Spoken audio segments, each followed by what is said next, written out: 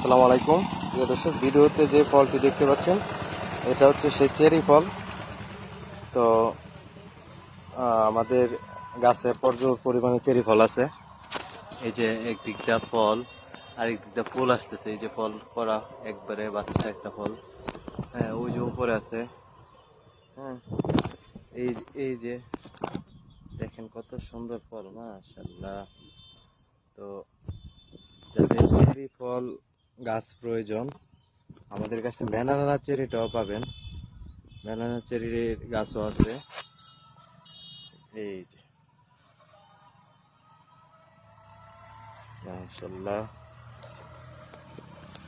তো চেরি আরো ছিল, অনেককে দেওয়া হয়েছে।